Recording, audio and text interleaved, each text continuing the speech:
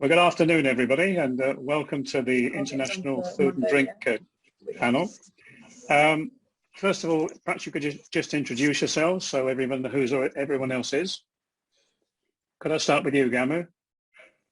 Yes, sure. So my name is Gamu Matarira. I am the founder and CEO of Gen A Consultancy based in the UK. So I'm an Africa-facing consultancy working with international SMEs that are looking to expand into the African landscape through strategic partnerships and in parallel facilitating growth with African leaders on the continent with their local initiatives. Great to be here, Roger. Thank you. Richard? Hi, so I'm Richard Holling.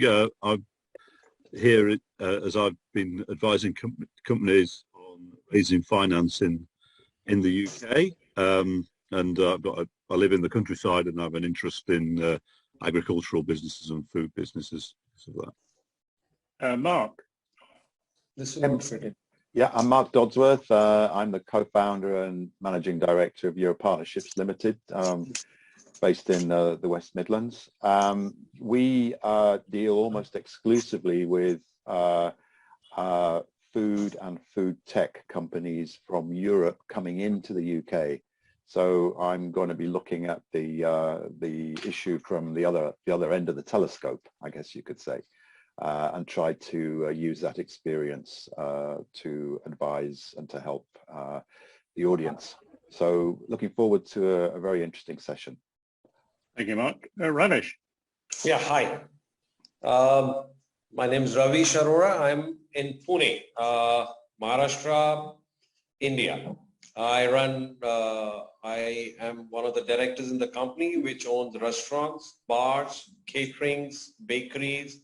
So we do B2C solutions rather than B2B solutions. And we've been running this company for the last 21 years. And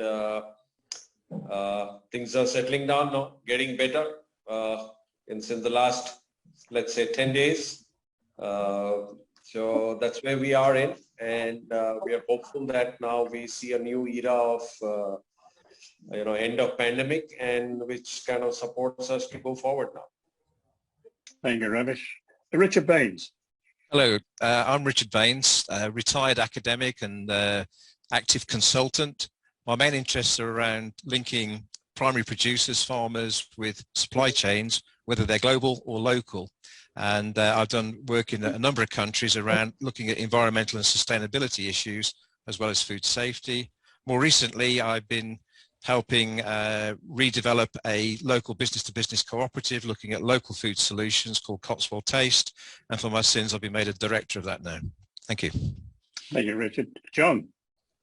Hi there, everybody. My name's John Harris. I'm the International Education and Business Development Lead at the Chartered Institute of Logistics and Transport.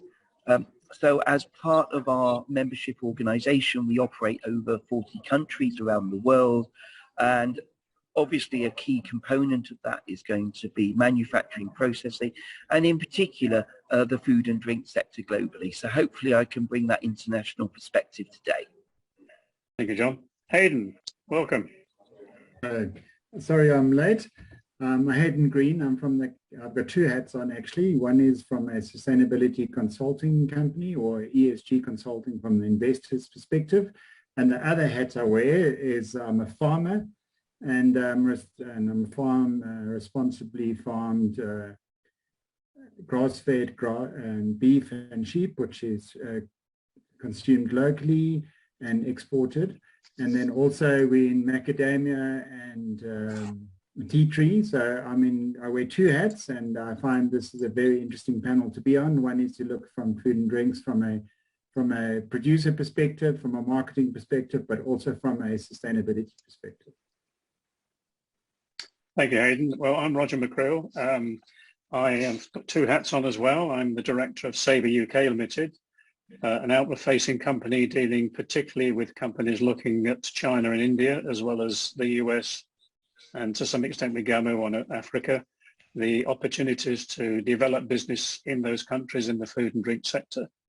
My second hat is one of, we run a pig company providing rare breed pig meat out of the country here into China, Hong Kong and Singapore.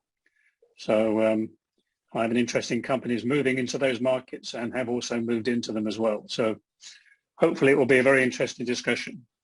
Well, thank you all for joining us today. Just to start, if I sort of set the scene, the food and farming contributes around about 120 billion to the UK economy annually and supports 4.3 million jobs across the country. One of its success stories in exports is the UK agri-food and drink sales overseas, reaching nearly 24 billion in 2019. However, the COVID-19 pandemic has significantly impacted growth this year due to the closure of hospitality and the travel sector, which has meant a loss of sales into restaurants, cafes, bars, and out-of-home sectors across the world. So I think against that scenario, let's ask the first question. How does the panel see the overseas markets opening up for trade after the post-COVID-19 situation? Mark, would you like to open that one, do you think? Yeah, I did a little sort of check of what's been going on post-COVID, and well, of course, we're all aware of the decline in exports to the European Union. But the flip side of that, and that's why it's very nice to have Africa and Asia represented on this panel. The flip side is that our exports to the rest of the world have gone up. And it's particularly noticeable, for example, that in countries like China, Japan, Hong Kong, and South Korea, they're showing very strong growth for British food exports, driven by a growth in the sale of pork, whiskey, and vegetable oils, according to the Food and Drink Federation. So it's good to see pigs in there. Absolutely. You're part of that, Roger, I think. I am, yes. Yeah. So, the opportunity, therefore, seems to be most significant in the non-EU markets at the moment, particularly if you've got goods that are subject to phytosanitary checks and things like that. So I think that's where we should maybe be looking in the immediate post-COVID scenario. And just something to say that the UK DIT, Department for International Trade, has recognised that, and they've established, and maybe we're going to talk about this later, the agri-food and drink attaches. Are we going to talk about that later? There's some, I'm happy to say a little bit about that, who are going to be working with British exporters to help them in Asia, Latin America, the Gulf, and Asia Pacific. So we have some extra impetus coming from the Department for International Trade, which of course should help. Good, good. Thanks for that. Richard B. Yeah. Any comments at all? Yeah, I want to just reflect back a little bit on what happened over COVID in terms of international trade. We actually saw that because we've developed this sort of mean, lean, just-in-time delivery model, the wheels came off the wagon very quickly in terms of global supply. And I think it caught a lot of people out as to, okay, I'm preparing food for the hospitality industry. They're not there, but I can't now convert back to retail because my pack sizes are wrong and all the rest of it. And I think we've got to look at those and learn the lessons and say, when we look at expanding our exports, our international trade and imports coming in, how are we going to be able to become more resilient to those types of shocks? So I think that's the sort of what I've seen as a major thing. Also, I think running along parallel to that is the way in which SMEs in the UK have actually been much lighter on their feet and able to cope with these shocks. And I think that ability, if it could transcribe into looking at the export market with some support, is going to be a bright future, I think. Gamma, I think following that one, you must be looking at that from an African point of view as well. Yeah, no, I agree with Richard that I think it is a bright future. I think the good news is in terms of Africa, we have seen a bit of a return to relatively normal export figures since around 2021. Of course, they're lower than pre-pandemic figures, but everything started to kind of come up a little bit from the Africa side. But in terms of looking at exports going the other way, I mean, you know, I think one of the things that has stopped or slow down the export market on the continent is actually literally most of sub-Saharan Africa.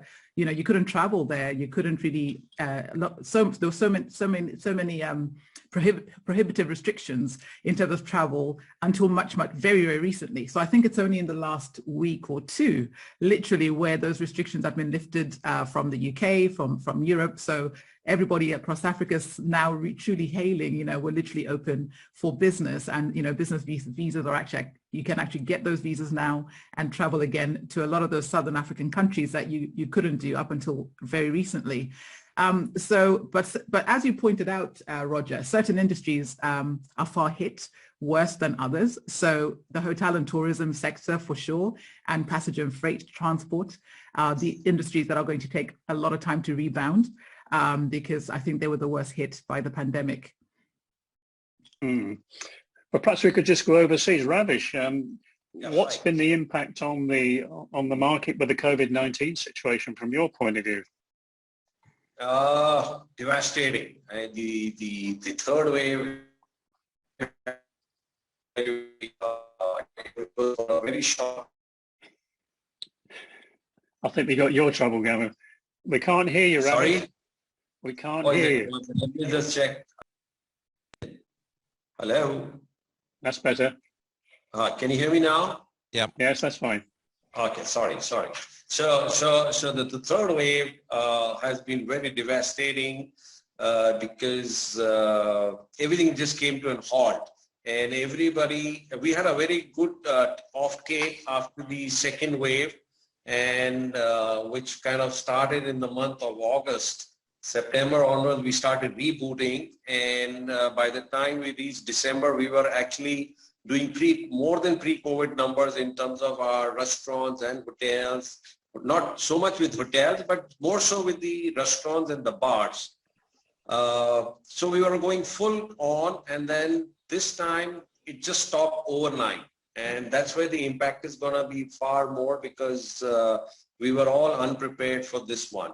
And it's going to take time now, but we are rebooting again. The business was pre-pandemic level. In fact, far more than that. And the December and November was outstanding. So we are very hopeful that in a month's time, we should be again back on our feet. But yes, the repercussions and the backlog in terms of financial implication is huge. A lot of restaurants have shut down, are shutting down, but whoever can sustain is going to be a winner as it goes forward. A lot of job losses, extremely difficult, and extremely difficult to get manpower now, because over the last 2 years extension of this pandemic, most of the hospitality guys, especially at the lower end, have looked for alternate jobs. And since they've gone for alternate jobs, the lower end jobs people are not available at all. High end, at the top level, a lot of jobs are available. But at the lower level, extremely difficult. So that's the challenge which everybody is facing now. And that's going to take time. So technology will come in. So we are all trying to understand how to handle this bit now. Yeah, very similar to the situation here. What about you, Hayden? What's the situation in South Africa? Well, it's almost back to business as usual from a food and beverage perspective. We took a big knock, our wine or alcohol industry took a big knock in the early stages of COVID. And then obviously, as the market realized, as policy realized that COVID, how to manage COVID, the market started opening. So markets are back to usual, but the supply chains that support those markets aren't. So goods and services, especially in agriculture and in mining, the products that we need to sustain our businesses, materials are scarce or not available because of the shipping issues. So I think we're all facing the same problems. There's a bit of a commodities boom at the moment, which is great for our mining and mineral sector and precious metals. That's also partly due to the rest of the world opening up. So our economy is doing well, bar tourism, of course. The tourism sector has taken an absolute beating. but that's the same issues experienced everywhere. Mm. Sorry, Mark, did you want to say something? No, just we do quite a lot of work with Latin America, and what Hayden is saying has it absolutely reflects the situation in countries like Mexico and Argentina, which I know very well, and where I've been talking to my colleagues in the last couple of weeks. It's a very similar picture, and COVID, of course, is at a completely different stage in those countries. It's still got a long way to go, and recovery is still some way away with vaccination levels so low. Yeah, that's true. John, obviously on the supply chain side, how have you seen it affecting how is it moving relative to getting back to some levels of normality? Okay, so you're absolutely right. The stories that everyone has shared is fairly consistent with what we've seen with our members. I mean, with 40 or more countries around the world, the story is slightly different, and the specific food and drink products affected and the reasons behind supply chain sort of slow up or inefficiency are different. What I would like to do is draw attention to the fact that in some cases it has indeed been an opportunity. And I will give this example. It's the China, Central Asia, Europe, UK kind of east-west connection. We were asked as CILT, we have a particularly strong branch in Central Asia.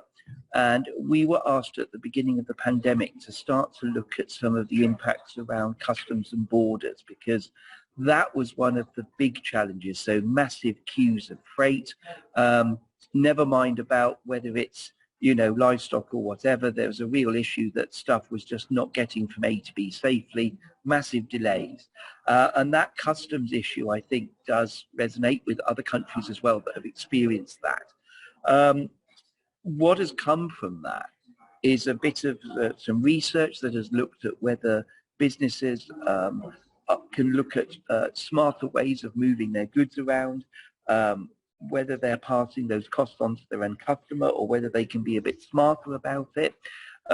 One of the things that we're now in discussions with the World Bank on is around strategic backfilling of low carbon rail freight between China and the UK. So a lot more comes from China to the UK than goes back. So one of the things that we're beginning to look at is how we actually smartly look at products. I mean, we've heard about whiskey as one of them. So high value food products, food and drink products that can actually be exported back on that corridor and not direct to China, but also into the Central Asia hub as well. And from what we might have seen as quite a frustrating situation, there's actually now a real opportunity about more efficient use of rail, low carbon transport, and optimizing opportunities for UK producers to kind of come together, collaborate, and fill up some of those containers that need to go east. So yeah, a bit of a case study there, Roger, about where it's turned to a bit of success. Well, I would tend to agree with you. From wearing my pig hat, we're actually looking at the next containers going by train. From a sustainable point of view and also from a carbon footprint point of view. So we'll talk more on that, John. Richard, what have you seen on the financial side relative to the effects of COVID and how people are looking at the overseas markets?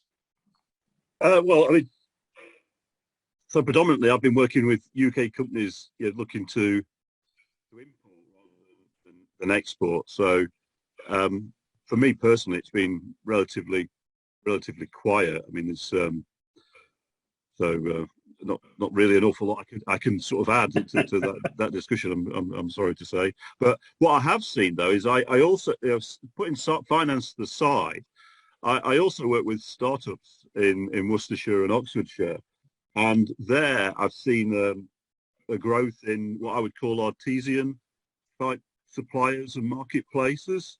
So it seems to be a lot more interest in particularly, you know, in the both sustainability and also the traceability of things. And I don't know whether that's just a movement in the UK or whether that's spread overseas. I mean, you know, some of these things, the UK sometimes starts a bit of a trend. No, I can add something to that. Just having spent recently 8 weeks in Canada, British Columbia, very, very interesting to look at the food and drink sector in British Columbia, particularly in the area I was based, which was the Vancouver metropolitan area. Real growth in this whole area of natural, organic, free from, and not just independent shops. I mean, obviously they're there, but chains. So a couple of really significant chains doing an awful lot of business in that part of the world. Whole Foods Market we know very well, of course, and they're expanding rapidly, and not least in Canada. They've been in Canada for 17 years. But then there are homegrown chains coming up. The one we noticed was a chain called Urban Fare, which is only based in British Columbia, and very busy, very popular, premium products, as you can imagine, but definitely a phenomenon, this demand for natural, organic and free from products. So I don't know if that chimes with anybody else's experience in their own countries or regions. Yeah, there's the work I've been doing in China, when we were actually looking at developing a more sustainable local food supply for urban settlements linked to the rural communities. Obviously, there are certain things that can't be produced locally that people desire, and there's also local surplus. So very quickly, this conversation went into the idea of developing food hubs around these estates. And then, because they're actually working in about 19 of the provinces in China, they very quickly got into a conversation about how can we really develop the logistics to interchange between these different hubs. So I think this idea of growing from a local to a regional to an international model is sort of taking hold. I think the other thing I'd like to throw into the discussion at this stage is that we've got to get, because of the food safety issues and the perishability of a large number of our food products, we've really got to have the technology of packaging and managing the environment right to enable food to travel distance. And I think also there is an increasing interest in people knowing the story behind food, and that's how you're going to grow your market, is the story behind it. And therefore, how can you trap the data that's going to go along with the food to tell that story? And I think those are interesting issues if you're looking to export to people who are a discerning market. Well, if I might just come in, I know I'm the chairman sitting here, but with my pig hat on, it's very interesting you make that comment. First of all, ours is organic meat. And absolutely, the way you sell the story is crucial in the markets we've been looking at in Singapore, Hong Kong, and mainland China. And I think, Mark, that what you're saying is absolutely true. Selling the product out of the UK with a good story is undoubtedly a way to bring about interest in the market, interest in the product, and the ability to sell it in the market, of course. I just like. Sorry, Hayden. Go ahead. When I first spoke to Roger, I realized that my perspective on imports and exports wasn't really a market problem, but it was a marketing problem. And he's made me think about a few things ever since. But besides that element of very good marketing, very good labeling, the UK are really considering a carbon border tax. And it's all very well putting international or all countries having a carbon border tax on goods that they're competing with. But that tax would also apply to goods that they can't produce internally. So I think the way we look at globalized markets is changing radically because of the thought process and the policy around carbon border tax. And that's something that's going to change, besides the fact of sustainably produced produce or product or food and beverage. That's one element. But the carbon element is slightly outside of that, because that takes brings into the mix the whole logistics aspect of it. And I foresee that we're going to be looking at a lot more local, and it's going to be a lot more difficult to export, because why should one country producers pay carbon tax when importing into another country and vice versa? So the world has changed, and it's changing radically, and it's going to be interesting to see out of COP27 what comes out from a Scope 3 emissions perspective. Yeah. Very true. Gamu. Thanks, Roger. I was just going to make a comment about a news article I was reading recently about an entrepreneur, a Zimbabwean entrepreneur, who actually is building a wine brand that reminds Africans of home. So going back to this topic of producing something locally, and then, well, how far are we looking when we talk about export markets, particularly for the smaller African countries? These guys began by serving, the domestic market and, exporting as far as South Africa, which is the direct neighbor, but particularly targeting Zimbabwean diaspora folk. And they now produce around 200,000 bottles a year and ship to a number of international markets. And, they've been doing really, really well during the pandemic, and they're shipping to places like the US, some African countries, Kenya, South Africa, but also the Netherlands, etc. But what's really interesting is following this trend of wine appreciation on the continent. So looking at, the fact that when you're talking about Africans, you're not necessarily just talking about Africans in Africa anymore, right? You're still talking about a global audience here. And because people have traveled more extensively, and they're returning home to their continent, to settle, for example.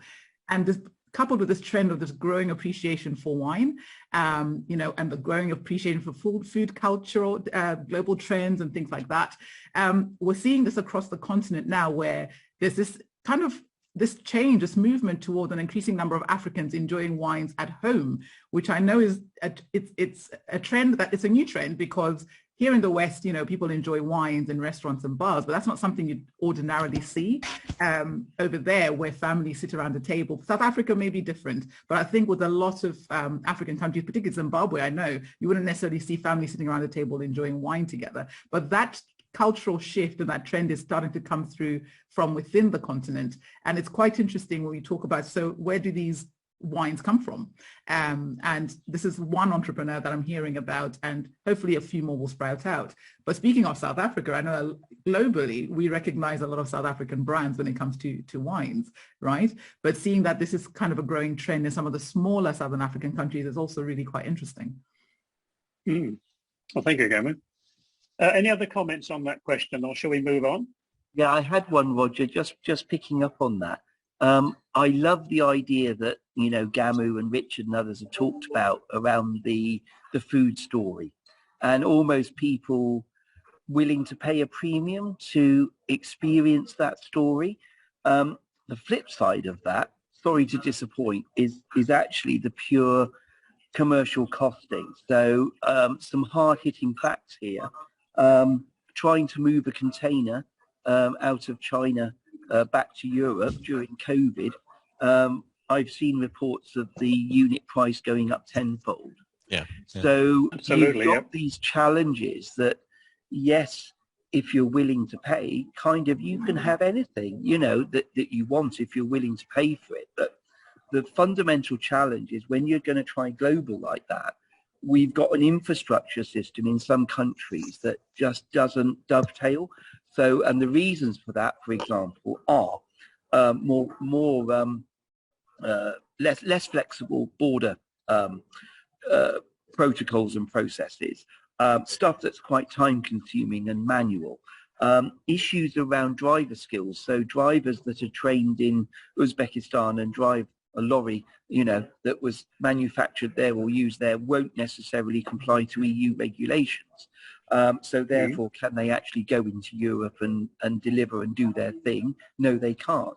So there's a lot of what I would call surround infrastructure. So whether that's containers doing empty miles, whether it's lack of training and skills, or whether it's just simply the infrastructure is not there, that will put layer on layer on layer on price.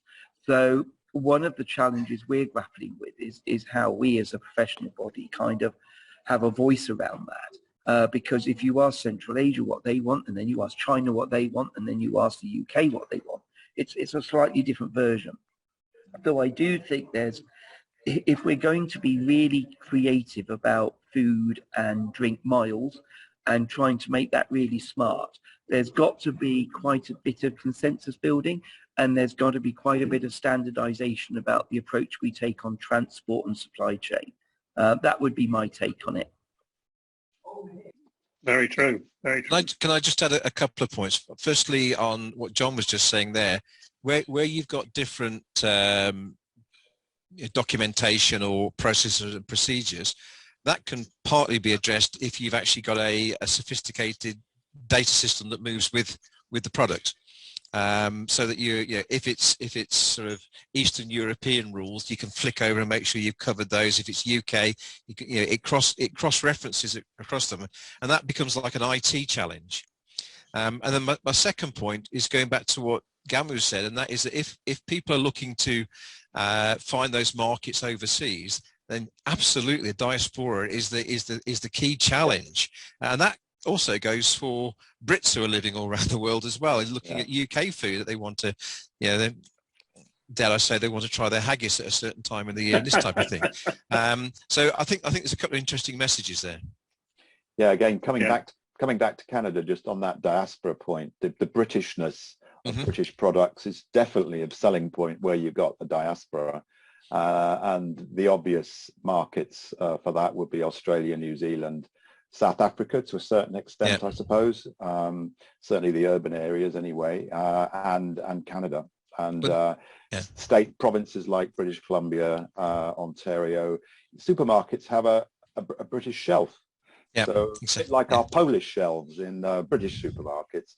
So you go to get your HP sauce or your Branston pickle, your PG tips. Marmite, not Vegemite. Marmite, not Vegemite. That's the sort of thing. And they do in China as well. And there is a loyalty amongst members of the diaspora for products originating from the UK, things that remind them of home and their parents and their grandparents. I was thinking particularly for products like beers, beers particularly would do very well. Condiments, that kind of thing would do well in those kind of diaspora situations. Yeah, very much so. And that probably leads us on to the next question, really coming more locally to Gloucestershire. If you look at the Southwest region, first of all, EU exports dropped by 27.4% in 2019, and the Southwest region to contribution to export of 0.98 billion, a drop of 11%. That's according to the FD industry reports. Whilst post-Brexit transition period remains a challenge for recovery, what new overseas markets might be open to the UK food and drink exporters in this region? It really follows on from your view, Mark. What do you think, Gamu? What are the sort of opportunities in the region, do you think? Well, first of all, the UK actually has a signed agreement with Southern African countries through what they call the Economic Partnership Agreement. And the member states of those, I think it's just about being aware of who are the member states there, because then that's where trade is actually done easier. Botswana, Eswatini, Lesotho, Mozambique, South Africa, Namibia. And the aim of this agreement is to not only promote increased trade and investment between the UK and these countries, it also kind of contributes to sustainable growth, and of course the reduction of poverty is seen as another outcome. And of course, as we know, South Africa has the majority of ports in the Southern African region, and they've been the major gateway to the other countries surrounding. But they're not the only ports. I think a lot of the time we sort of get stuck thinking about South Africa because, South Africa has always been sort of the gateway and the lead to, and most exports will come through South Africa before they're disseminated across other countries. But we should also remember that there are other ports such as Beira in Mozambique. It's a key port there, and it connects to places like Zimbabwe, Malawi, Zambia via railway and road. There's also another port in Namibia, I can't quite remember the name of it, but which is sort of the southwestern part of Africa, another major commercial port. And that port actually not only connects you to local Southern African markets, but also to the West African countries as well. So of course, there's still you know, as much as the agenda, a lot of African government agendas is to increase export out of Africa, there's still huge demand for products and services into Southern Africa, you know, to meet sort of the deficit between imports and exports. And pre-COVID, the top goods that were coming from the UK to Southern Africa were actually, you know, amongst, you know, mechanical generators and cars and pharmaceutical products, you know, were also beverages. Those are some of the highest numbers of exports were in the beverages sector. And, you know, Africa has this huge discrepancy between the demand, the population's demand and the local production for many food products. So this gap must also be filled by imports at the moment, whilst they're kind of building up their export capabilities as well. So for UK businesses looking to export these goods, I mean, Southern Africa could be a really good market for you. You know, after all, you know, if you look at South Africa as a gateway, for example, it's well developed, strong financial and legal infrastructures, and, you know, the opportunities are rife. Could I just interject there? Gamu, can I just ask, I understand your argument around getting it into the African continent and then it can spread out. Can I ask how well the sort of progress is going in terms of breaking down the barriers between countries in Africa? Because that's been a major problem. I know you went into almost a Commonwealth of Africa in terms of trade. How's that progressing?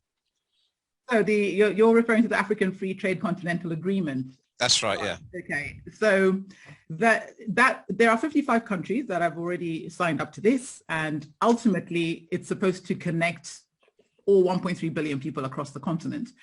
Now, in terms of how it's progressing, the different regions are progressing at different rates. Yeah. Southern Africa, in my view, is lagging behind some of the other regional parts of Africa, Eastern, Western, you know, particularly because a lot of the, you know, the progress is happening around, you know, the hubs are around Ghana, Nigeria, Kenya, right?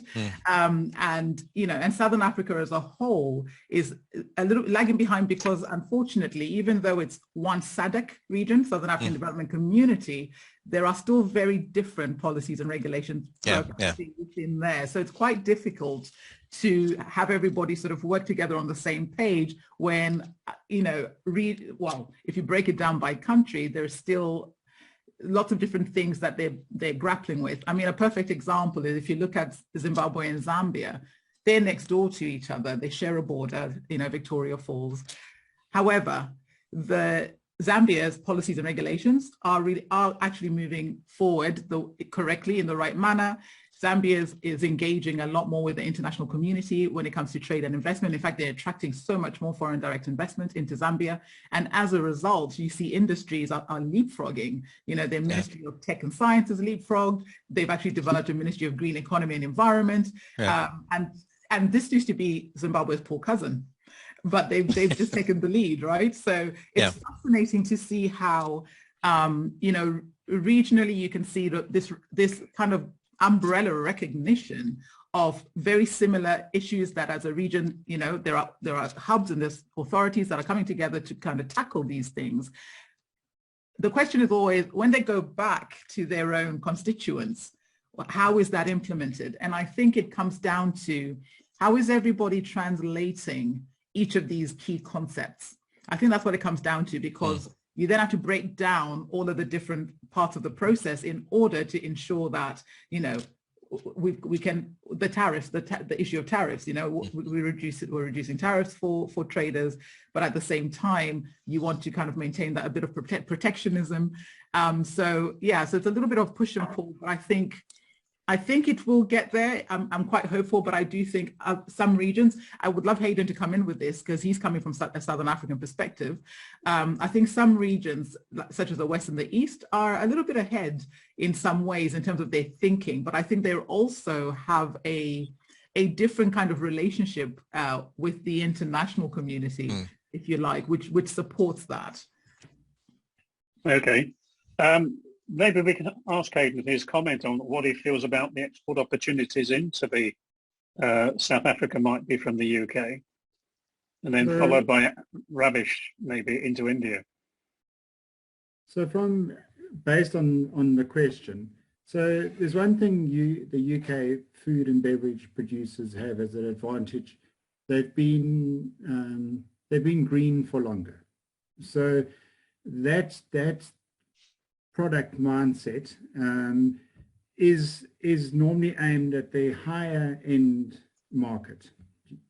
So the good news is that throughout Africa, your more discerning buyer who will be paying for that, the chain stores in South Africa that cater for the discerning market, they are expanding throughout Africa. So there is a gap for UK products that are produced obviously out of season to the Southern African region, or most of the African region, for the discerning customer, and there is a gap there. Obviously, I'm talking from a food perspective. From a beverage perspective, I mean, obviously, United Kingdom exports quality product, i.e. like your whiskies.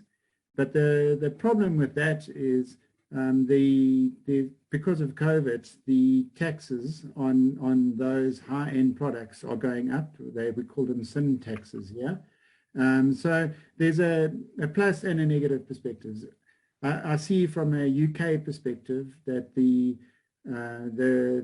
alcohol industry is going to take a knock because of the sin tax, but definitely from a food perspective, Africa is growing. The discerning market in Africa is growing, and I think it's a great opportunity for the UK that normally focus on that market to look at areas that will open up.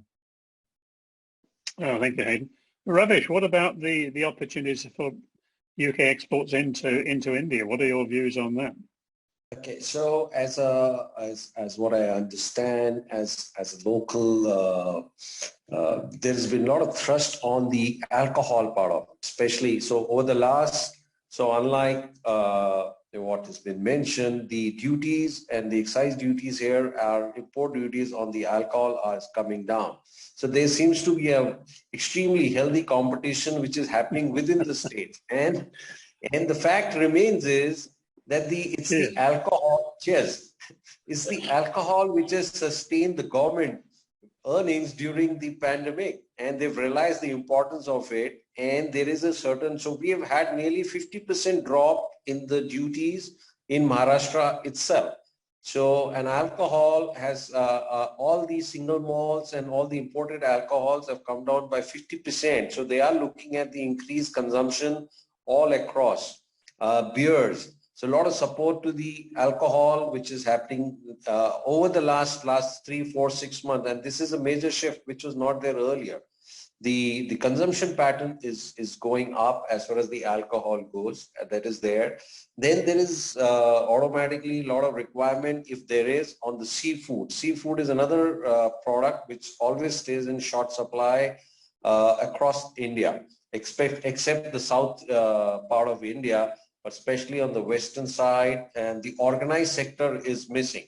And so that's one more element which one should look at it. Then automatically cheeses is another high consumption product where the consumption is going huge. So that looks like a big market, and there's always seems to be a shortage of these products as far as the consumption goes and the requirement goes and the demand goes. So that's how it's happening. As far as the local produce goes, there's enough local production taken big time across. There are multiple hydroponics all across come up, supply. I think we're losing you again, Ravish. I think I picked up on that. It was the fresh produce and so forth is quite vibrant in India. So a couple of my students have set up. Yes, that's true. That's true. Good. Yeah, the hydroponics and so forth. Yeah, absolutely. Richard, any comment from you on that? Yeah, Sorry, Ravish. Yeah, I think two things resonate from those conversations. And if we look at the Southwest, because you did that as based on there, one of our biggest problems is what we're going to do with our sheep industry and our sheep meat, because a significant amount of that was going into France. and and our French neighbours are very good at looking at legal issues and that. And then secondly was a mention about the need for seafood in India. And again, we have a lot of our seafood is used to go to Europe.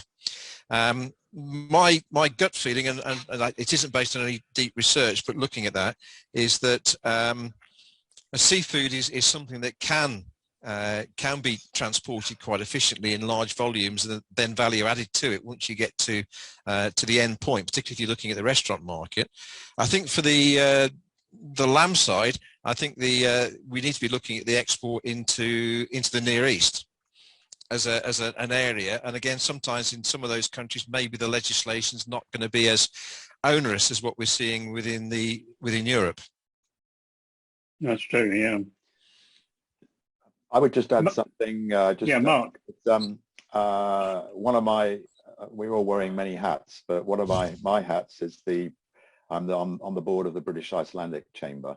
You may be aware that although we don't have agreement with the EU yet, we do have agreement with two very dynamic little countries in the Nordic area, one being Iceland and the other being Norway. Brilliant. And these two markets, close associations with UK, a lot of demand, a lot of interest in UK products, and the red tape and the bureaucracy with exporters looking at those two countries will be somewhat less than is the case with the European Union. So an opportunity there, small, but an opportunity nevertheless. But I think there could be even bigger opportunity. I mean, I was being devil's advocate with a group of people a while ago and saying that when we were going through Brexit negotiations, that the best thing that Britain could do is get involved with Iceland and Norway, and then UNCLOS would mean that we'd carve up so much of the waters that we'd be in a strong bargaining position. But seriously, I think if our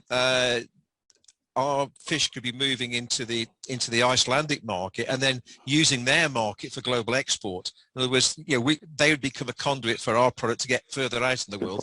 Would it be a neat solution? It would, wouldn't it? Yeah. Good point. Mm. Yeah, I mean, that brings us really to what are the goods that the Southwest region has its strengths in. Fish obviously is one of them. Cheese is one of them. What else is there? Well, we produce quite a range of things. We've got our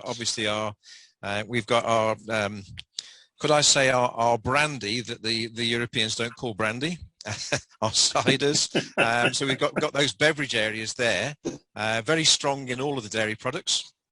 The fruit side as well. So there's quite a range of products there. And I think sometimes what we've got to do with them is identify which products have got the highest value, or how can we process them to have a high value to volume ratio so that we can actually take advantage of moving at a greater distance. So we've got a varied thing. I guess the other thing we've got to look at within the Southwest is that we've probably, across Britain, we've probably got the largest proportion of SMEs operating in the food and beverage industry, and not being sort of dominated by big players, should we say. And therefore we've got a lot of smaller entrepreneurs who hopefully are interested in what we're talking about here and finding those new markets. Yeah, what about the markets as you see them in terms of the products in the region, Gamu? Well, I live in North Somerset, just bordering Bristol, and I just have to walk 10 minutes down my road and I'm already immediately surrounded by sheep. And I drive another half hour and it's sheep farm upon sheep farm upon sheep farm. So I definitely see that. I'm not far from Cheddar as well, so I agree with in terms of the cheese. And I think there's a couple of companies in Bath, around the Bath area, that have been hailed in the papers recently for their production of cheese, good quality cheese as well. Yeah, so that's my observation. When I drop into sort of the food markets around here, definitely I agree with you, Richard. Some ciders I've never had the pleasure of tasting before. I definitely get to taste them here. I think I'd also add to that is that the whole area about those people who are making sort of artisanal products, going beyond the cheese, beyond the meat, into the pies and the pasties and all these types of things. They're very obvious examples, but there's some really creative food entrepreneurs who are starting to move things. But again, it's small volume. at the moment they're looking at the local market, and it's when they grow enough to be able to say, do we want a bigger market or a different market? Yeah. We've spoken about sort of India, we've spoken about China and Africa, Iceland and so forth. What other markets might be open? I mean, the Middle East obviously is a lamb opportunity. Yeah. Where else can we go? I mean, can we go further than the China area, for example? Vietnam is opening up specifically to food at the moment. It's a while since I've had any contact with Vietnam and what they were doing, but I think one of the things about Vietnam is that they are fantastic entrepreneurs with their food. I'll give one example, is that they were doing a very successful export of Asian catfish into the US market, mainly to the diaspora in the US. And the Catfish Association in the US got really upset about that because they were taking the whole market. So they persuaded the US Congress to pass a law saying that the only thing that can be sold as catfish in the food industry in the US was the US species of catfish. The Vietnamese just changed the it. US? Well, yeah, the Vietnamese exporters just changed it to the Vietnamese name, Bassa fish. And of course, all the diaspora knew exactly what it was, and they didn't even have a knock on their market at all. So, yeah, I think getting into the Vietnamese market will be a challenge because they're very creative in getting into everyone else's market. They're great entrepreneurs. Yes, they are. That's true. That's true. Any comment at all on other strengths in the region? I think you've covered most of them. I would add craft beers in my travels. I don't know what other people feel. In my travels over the last 2 or 3 years, you can see that it's undergoing something of a boom at the moment. Now I live although our office is in Warwick, I live in Bristol. I can't walk more than a quarter of a mile in this part of Bristol without coming across a craft brewery. And there are many good names, good producers, experienced producers of craft beer. Probably the bottled beers would do better because of the problem of shelf life for the draft. But I would say bottled craft beers, specialty craft beers, that's got to have an opportunity in some of the markets we've been talking about. Mm-hmm. Yeah, just picking up on an earlier point that and linking back to the beer side, we've been doing some work with a couple of smaller breweries about trying to help them better understand their carbon footprint and go for a lower carbon footprint beer as part of their promotion. And we talked earlier about carbon taxes. So I think, again, this is something where that industry is trying to look at some way of addressing that and giving a value to it. If I can chip in a couple of things, just hearing the debate. If I can kind of come out a bit from the specifics of individual foodstuffs or products, there's something I think to be said around streamlining accessibility for SMEs to talk to other SMEs. I think that there's two kind of areas we've detected, because obviously within the supply chain, there are quite a few of our members that have to operate in the world of procurement. And there's a couple of big issues. Number one is how do we make it easier for small enterprises to actually be eligible and part of larger corporate supply chains?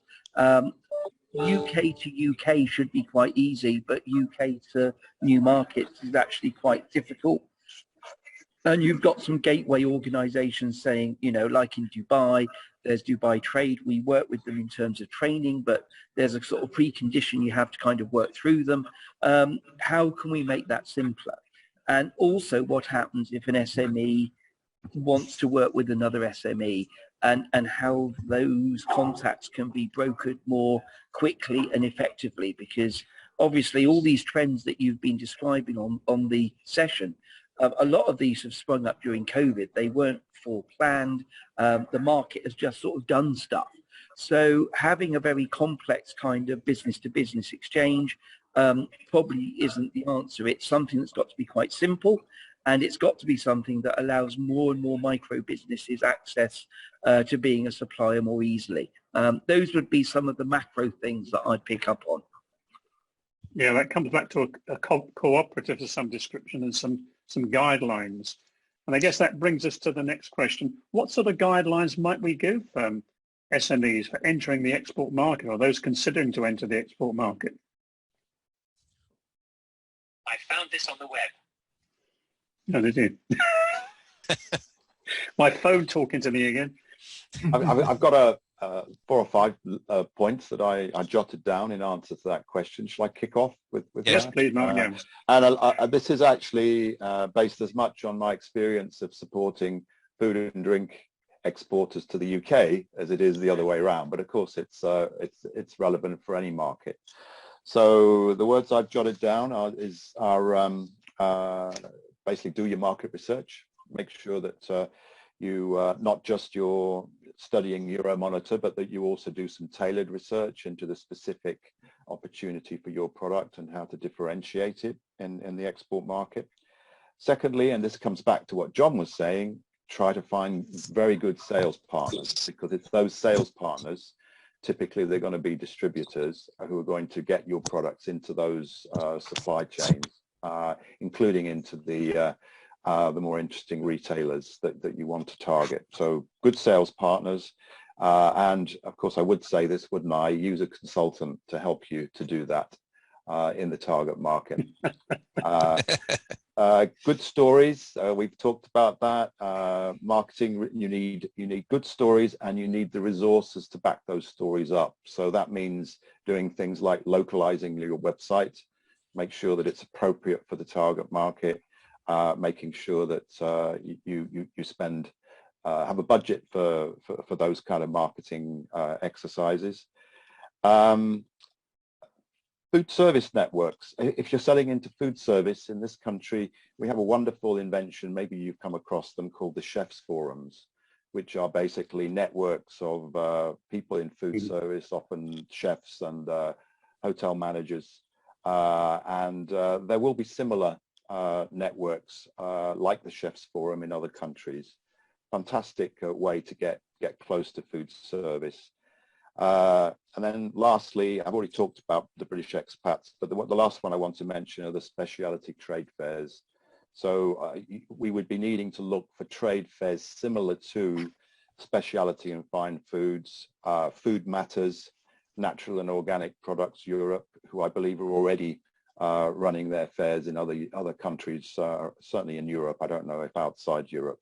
So those specialty fairs for the kind of products that the Southwest produces are going to be much more interesting than the big Anuga trade fairs for the larger players. That's just to kick things off. Could I add one to? Could I add one to that? And this comes from some work we did a few years ago, where we were trying to help small-scale producers in Africa link to markets more efficiently, and we worked with first buyers, the integrators.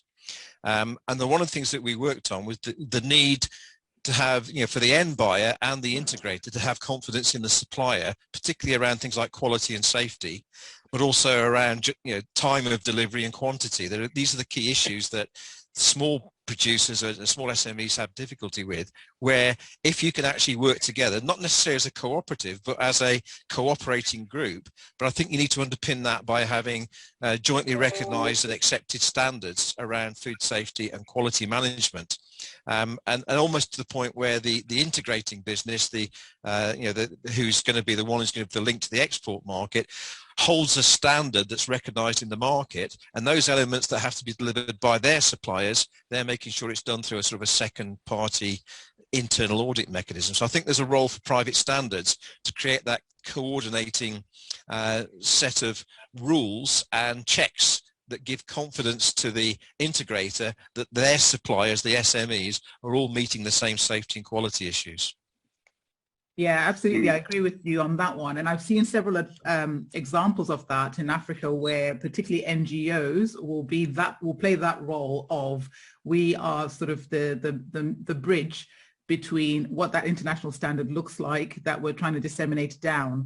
And they will work with, like in the agricultural space, they'll work with specific companies that have got people who've sort of said, right, I've already been tried and tested and I've been exporting and I know how to do this. Yeah. And those individuals will work as coaches, say, for smallholder farmers. And what they'll do is they'll have a collective of smallholder farmers, group of about, I don't know, 4,000. I know of one particular one, it's 4,000 strong, and they're not formally registered, but they have a way of working with each of these different groups and passing down and sharing best practice. But it's also coming down from, it's actually coming from a South African and EU collaboration. That's sort of the governing body. And then it's being trickled down in the local languages between, you know, Zimbabweans and South African farmers on the lower levels. And it seems to work quite well. But what's really interesting is how you consolidate that sort of subsistence farming. So on the one level, smallholder farmers are doing a lot of subsistence farming for survival.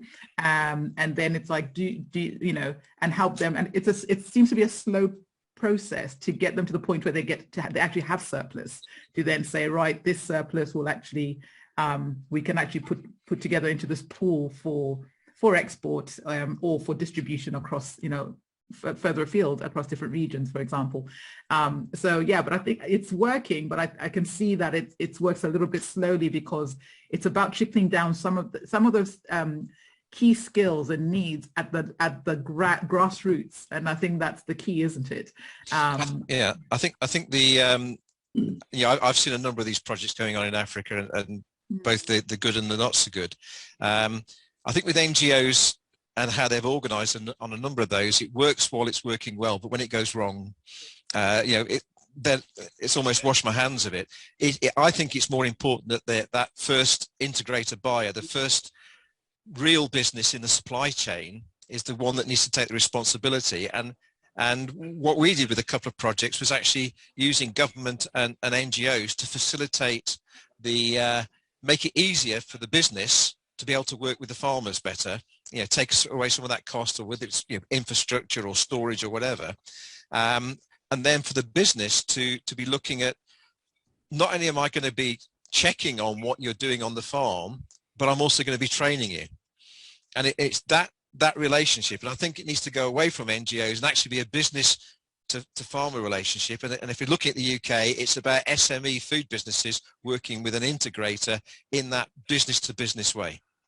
Yeah, that's certainly what I found. I have to say that from the point of view of, can you hear me? Yep. Yeah, I think there's a couple of points I would bring out on SMEs, and that is to plan what you're going to do. A lot of people start off with great ambition, but no plans behind them. So planning is a key element of any step into the export market, and obviously creating trust with the person or the persons you're going to deal with in the country. The other thing is the cultural aspect. Many exporters, even professional exporters at the moment, still don't quite understand the cultural needs of the countries, and that also leads to frustration, delays, and confusion. So those are a couple of other areas. And of course, you need to have some pockets that are reasonably full of cash. It's not a cheap journey. It's a long journey. If I can just add before you move off that important SME topic, for anyone interested on the panel, I've just popped it in the chat. We were involved in a project last year run by a consortium called the Inspire Group. And this is really turning it on its head. We've talked about high value goods export, doing business. These standards were developed as common standards across the world for humanitarian aid. So this is at the other end, which is how do you get foodstuffs, provisions to the people who need it? How do you spend the money on the product, on the drink, on the food, rather than on all the management processes? And particularly, how do small NGOs, women's consortiums, hyper-local businesses actually engage with that when they haven't got the sort of paperwork that you would normally expect? So this is taking it right from the other end. But what's interesting is the golden principles in that new document, only published 6 months ago, actually cover a lot of the spirit and the principles that you've all been talking about for the last 15 minutes. So if no one knows about it, just have a little look, because the Universal Logistics Standards, humanitarian angle, but it's very inclusive about bringing in cooperatives, women's groups, and really that grassroots food and drink provider where it's an actual, human need issue. Thank you, John. Thank you very much. Hayden, and what about exporting the other way? What's your views on how you might approach that in terms of importing into the UK? It's all, when you ask this question, normally you can't put the word SME and then quantity and quality together. So the problem is you won't get a niche market. SMEs do quality very well, but they need the volumes to produce the quantity for export. So that's where it comes, that's where the collaboration would come in with like-minded products that you can still sell and distribute with a niche brand, but you have to have the quantity to be able to import and export. And that applies for imports and exports from an SME perspective. It doesn't really matter where it's from. It's those two elements. You need the quantity and the quality to get into that country to be competitive. Okay. What about you, Ravish, in terms of exporting out of India into the UK? What do you see the opportunities? Probably the opportunities definitely comes in the terms of the grains. That's the only thing which we are all producing over the years and years all over. I guess a lot of domestic wines are getting exported the other way around now. India is kind of supporting the growth of wine. In fact, they opened the market quite a lot on this subject. And basically, but paddies and rice, that's the only thing we produce and we think we can export it out. Otherwise, I guess we're more of an importer and sustaining the economy on. No, I think we've lost you again. Yeah. Thanks, Ravish. I think the last question then, sorry. Richard, are you? Oh, okay. I think the last question then comes back to the supply chain and really about the reshaping of the policy of the supply chains to meet the environmental practices and requirements. John, would you like to just elaborate on that and give us some views on that? Yeah, I mean, this is a subject close to my heart. As CILT, probably the one thing that we've been able to do during the pandemic was almost stand back a bit and look at the commitments that our member countries had made towards, the Paris Agreement and where they were sitting in terms of overall commitments.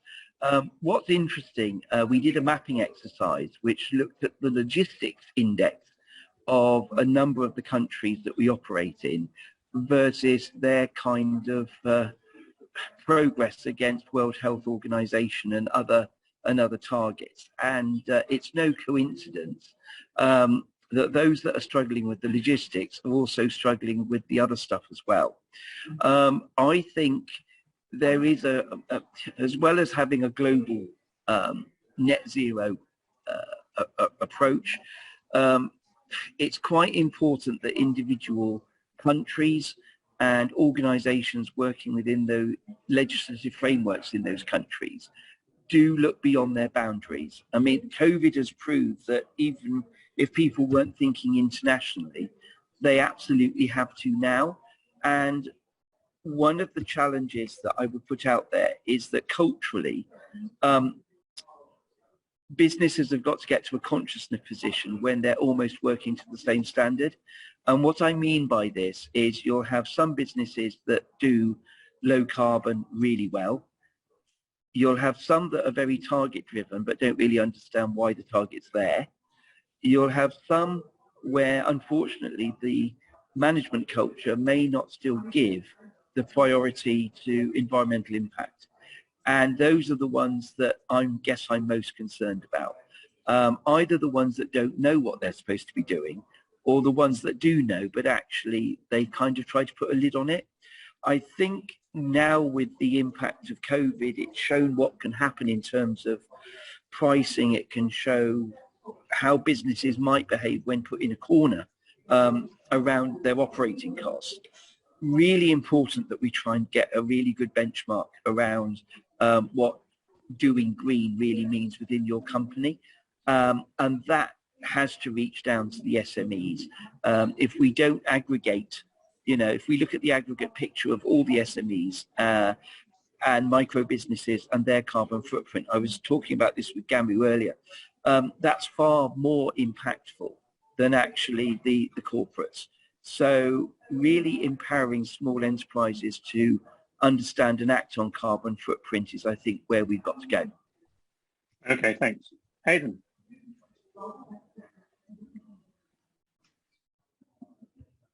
I would just like to reiterate on that point. Obviously, we're moving towards a standard for good agricultural practice. For example, Global GAP, which looks at integrity and sustainability. That's one aspect. That's in the production of the food and beverage and the exporting of it and the good labor standards. But what's going to turn the apple cart over is the on-border carbon tax. So far there's a standard process around quality, around food production, and which is absolutely fine, and that has to happen, and that will definitely differentiate SMEs, because I'm an SME myself. But the carbon tax, border carbon tax, is what's going to be coming up in the next year, and that's going to really change this sector. Mm. I think, okay, any other comments? Yeah, I think there's one interesting thing that's not been picked up here, and that is that when we look at the carbon challenges of the food industry, and about half of that's coming from primary production, but one of the things that is often forgotten, and we haven't found a way of measuring this well enough, is the fact that the agriculture industry has the potential to sequester carbon. Therefore, it becomes a tradable commodity on the other side, and that could maybe be used to offset the tax. So I think there's an interesting discussion about how the metrics and that could be developed. I mean, it was quite interesting on one of the local country programs talking about the importance of hedgerows and their ability to sequester carbon in the British landscape. We had a PhD student trying to actually quantify this 10 years ago, but no one was interested in the results at that stage. And I guess they've forgotten what figures we came up with. But I think the potential to block away carbon as part of the primary production, and then using that as part of the offering, would be an interesting sort of area to go down to counter the tax model. Yeah, I think you're very right. So, gentlemen, we've passed our time, and I know that some of you got to leave. In fact, Ravish has already left, and the Gamu, of course. Sorry, Gamu. Thank you very much for your time. I hope you found the panel discussions exciting. I did, but very interesting, and I've got a few notes here, and we'll try and put some document together. So thank you very much for your time, and thank you very much for your inputs. And some of you I will see tomorrow. See you tomorrow. Okay, thanks everyone. See you Thank tomorrow. you. All right. Bye, everybody. Thanks, Roger. Thanks again. Tomorrow.